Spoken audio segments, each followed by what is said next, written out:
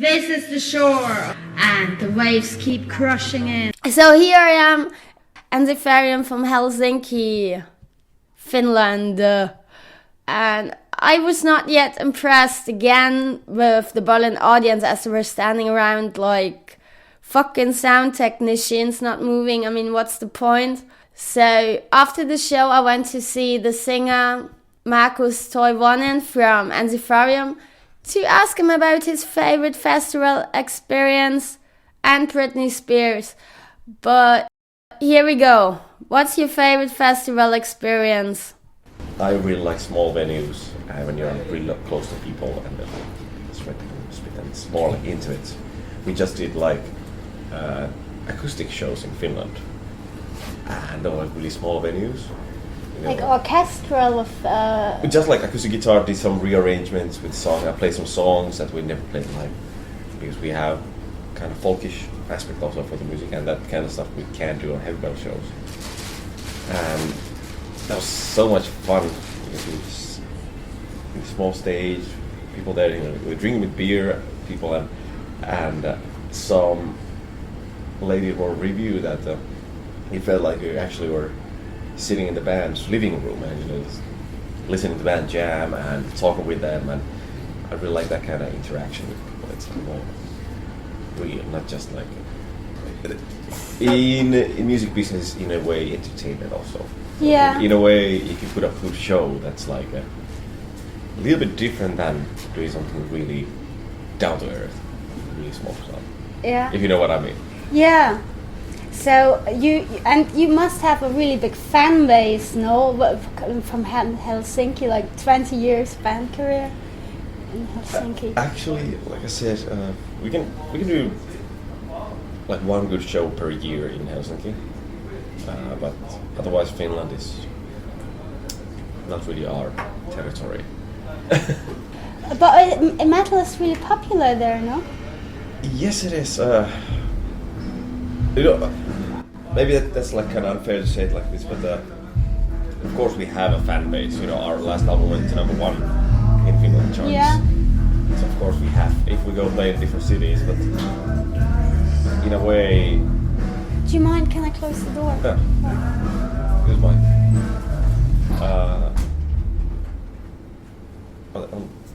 Like in Central Europe, like Germany, there's much more demand for Ensiferium shows. Okay. So we can do like this tour. I think there are like 10 shows maybe in Germany. I think we can easily do it. We'd be able to do another 10 in Germany, just in Germany. But in Finland, we can do one good show in Helsinki and a couple of okay shows, and that's it. How do you find the German audience? Excellent. Yeah. Excellent. They're really.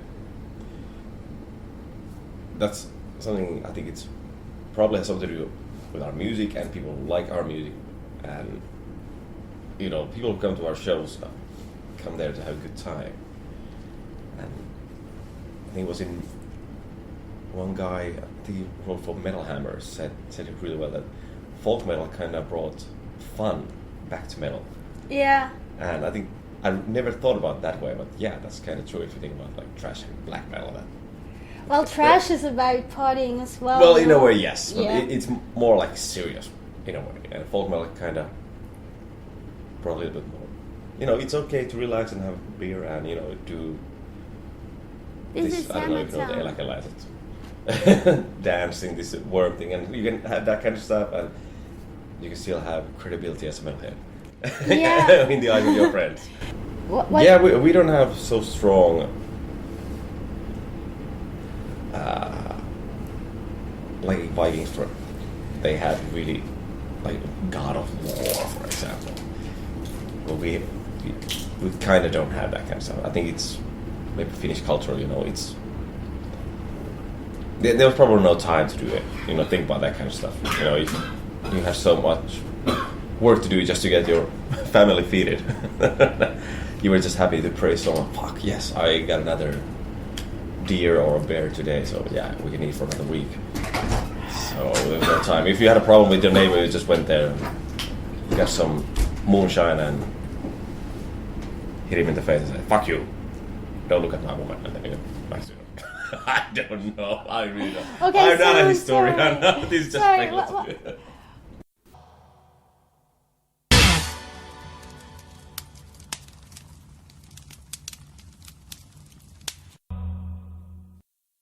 So fun, is that true that you get lots of funding for still like Iceland and Norway for being an artist?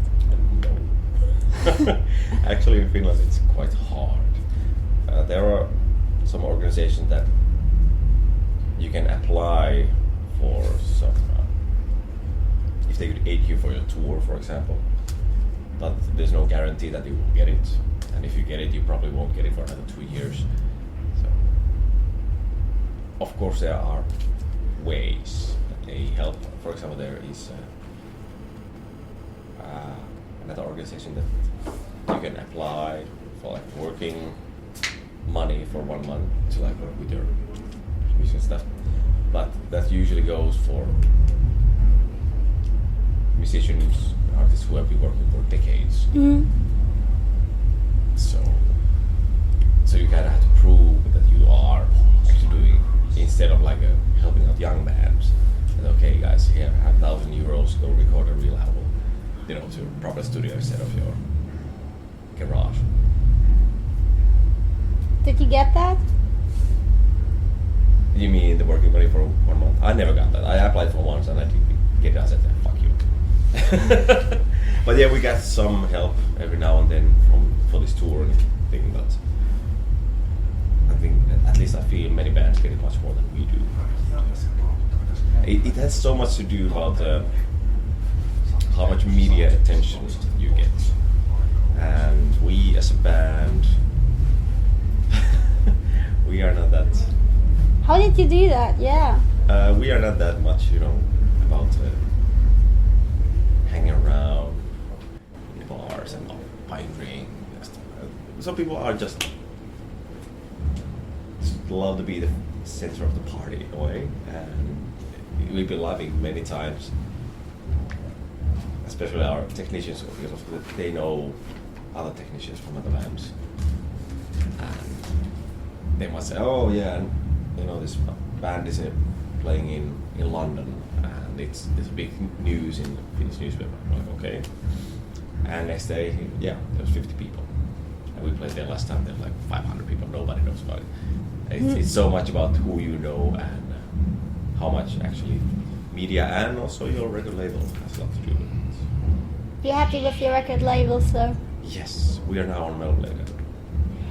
And I think it's really cool in a way that nobody knows us in Finland.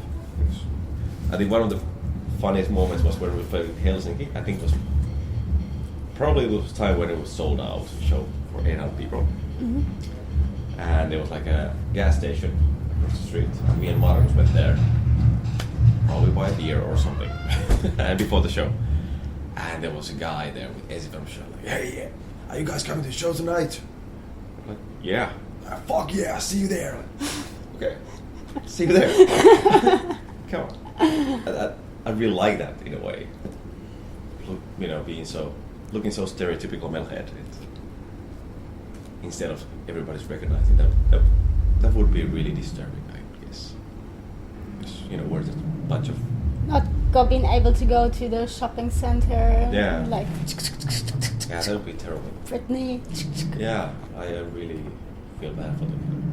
But on the other hand, I'm not in a position to blame anyone, but on the other hand, I feel that some artists really enjoy that, being a spotlight, and when it starts to go in a bad way, then they like blame the media. But on the other hand, like earlier they were really feeding the flame by doing stupid stuff and later on, don't harass me all the time. Fuck you, you started it. It's media, they will fucking tear you apart if you. That's the way I see it. Well, you're an entertainer as well, no? I'm not an entertainer, I'm a painter. So, but I went to stage school and all the musicians were like Yeah, it's a part of you, no? Like, if you started off as a tribute band. No? Yeah, in a way, when the guys started, and of course they were just playing covers, but this was pretty funny. I just talked about this with Janne is playing drums in one of this kind of project band, and they were having rehearsal in a rehearsal room yesterday, and I was talking with their bass player when they're having a cigarette smoke break, and that was the first time I met him, and we found that we had a lot of bands that we like Iron Maiden and stuff like that. And he said, "Yeah, I just read that Iggy Pop said that I started playing music to get chicks," and this my colleague bass player was like, "Yeah, who the fuck does that?" And then we started talking about it. He started when he was 9. I started playing when I was 11. That's like the time when you have your wiener just to take a pee. At that age, if you start playing, it's because it's really fun. You probably feel like you want to create something, and it's just fun to hang around with friends to play cover songs, and of course, at that time, when puberty kicks in. Yeah, and that time, when you see posters of.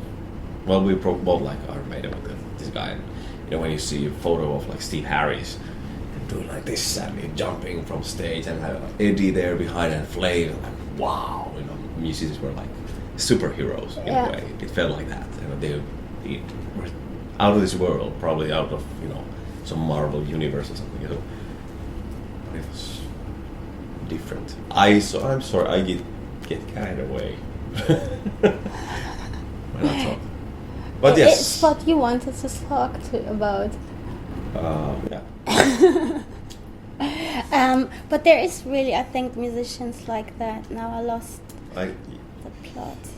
Yeah, like being in a spotlight. Yeah, listen to me. I have something to say. Musically. But when did you start playing? I was 11. The other big brother, he was a really good guitar player already at that time. He was playing Yngwie Malmsteen and stuff like that. I was like, wow, he can play the stuff that I listened from the vinyl. And he said he could teach me. I'm like, yes, I want to play with you. And then Steve Harris was kind of my idol. Even though I had no idea what actually bass does in a band, music-wise. But that's went and bought me a cheap bass, and he started teaching me Black Sabbath, Pink Floyd, Iron Maiden, stuff like that. Led Zeppelin. He's 6 years older than me, so a little bit more into that kind of stuff, and that's why I kind of grew up also with the 70s stuff. So that's how I started. Just because I wanted to jam with my big brother. And I tagged him many times because without that, and without him being actually pretty strict with me about practicing, I wouldn't be here. Maybe I would have a normal day job and a mansion by the lake, but on the other hand, I would have missed a hell of a lot of experiences. And do you go still and see little shows? Do you keep up with small musicians? Small musicians? Yes, of course. Not in recent years that much. A couple of weeks ago I went to see a show in Helsinki. Usually I'm pretty lazy. I need someone to ask me. I don't check out every day, what's going on in Helsinki. Like that band, it was our friend who was mixing it. Said, come here. I actually know the band. I listened to a couple of songs from Spotify at one point, and I would see it. It was a lot of fun. There's maybe 40-50 people there, but really good show. I think that's. But that was sorry to interrupt. That was probably the third show that I checked out from the beginning until the end in at least 5-6 years, and then there was that. and the previous one was this summer Nightwish. So pretty big contrast, like Nightwish in a big festival, and then you go to a small club and see a band. But there were still emotion shows. Do you listen to opera as well? Opera. Like classical music? I like classical music. Yes, I do. I think there's something. I'm self-learned. I understand some theory, but about classical music, like the arrangement is same as with really weird jazz. There's something that just goes above my head. You know, I just don't understand, and it's so beautiful in a way, because if you start to listen, that's something that's really sad. This is what I mean. I get jumping from topic to topic. The more like professional musician you become, you in a way, it's easy to lose something about the pure joy of just listening music. You start to analyze like the technical side, and I really like the sound of that snare, and did you hear that guitar riff? And instead of just listening to the song and the feeling in it. And I think that's the beauty of classical music. I can't analyze it. You just let it flow through your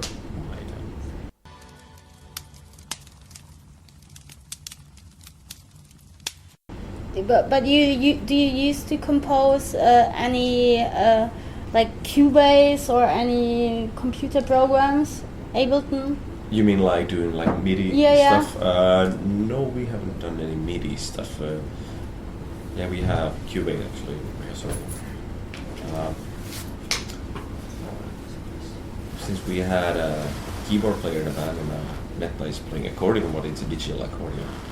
So it's practically keyboard, so there's no need to do any MIDI stuff. So you can just play everything. Pieni keskeytys, mutta sulla luultavasti on olemassa sellaisia I am always. What you doing basically on the tour was did you bring books? I have books with me. I have 4 books now. I like to read on tours. Especially like this tour, there's like 1 day off, so you cannot have a party every night. You cannot drink a bottle of vodka and sleep 2 hours and do another show. It's not possible. It's not physically possible. So some of us try to do some exercise also on tour. That's really healthy. Because there's a lot of... You brought weights? No, actually I have my yoga mat over here. Okay. Markus just, well not now, but he does a lot of running and like with the rubber band. You know, different kind of things. And in a way the illusion of sex, drugs and rock and roll is is gone. But on the other hand, I think it's really healthy, because if I would think that what kind of, because it feels really weird when kids come. I say kids because they are young. I'm an old geezer. They come to us and say, you guys inspired us to start our own band. So in a way, there's also like a, I don't want to say responsibility might sound too hard, or role model sounds too hard. I have no idea of myself as a role model, but I would rather teach young people healthy things in life. Of course, you can have fun. You should have fun and have beers with friends. But instead of like 80s rock metal, rock and roll image is like Wasp and stuff. Yeah, maybe I think the sex, drugs and rock and roll kind of sums it up pretty well. Try to do things and enjoy your life. Are you gonna have kids? Yes, some of us have kids. And, what age are them? I think the age range is from 1 to 6 in this band, so pretty young kids. You gonna bring them along? I think. Like Sepultura.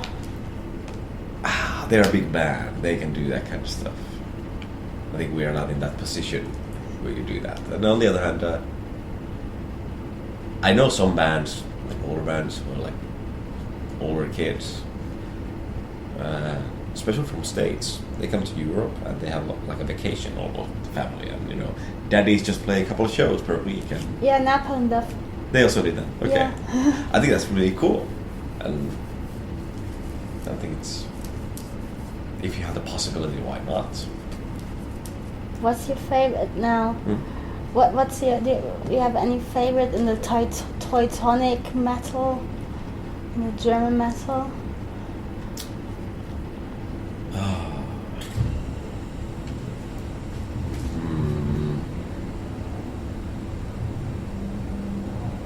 Accept. Like Udo. Yeah, also the new stuff. They are a really good live band. We saw them a couple of times. You know, they are not youngsters anymore, but they're really playing tight. This is what I mean. Yeah. You know, we start to analyze stuff. But they put up a really good show. I remember. So maybe that one. Are you scared of Putin? No. Okay.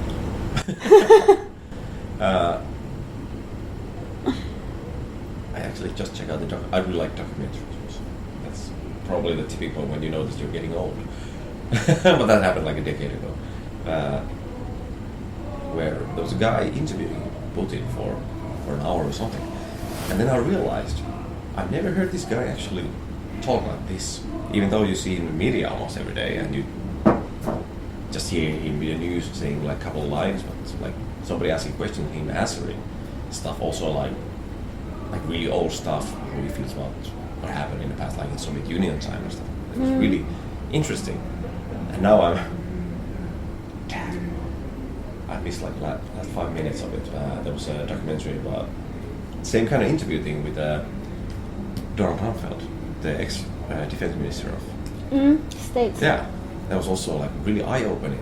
Damn, this guy actually saw the Vietnam War, and he's been in politics for all this time, and he felt like really sympathetic, you know, person, and really weird, because the image of the guy when you see in the news is like really different.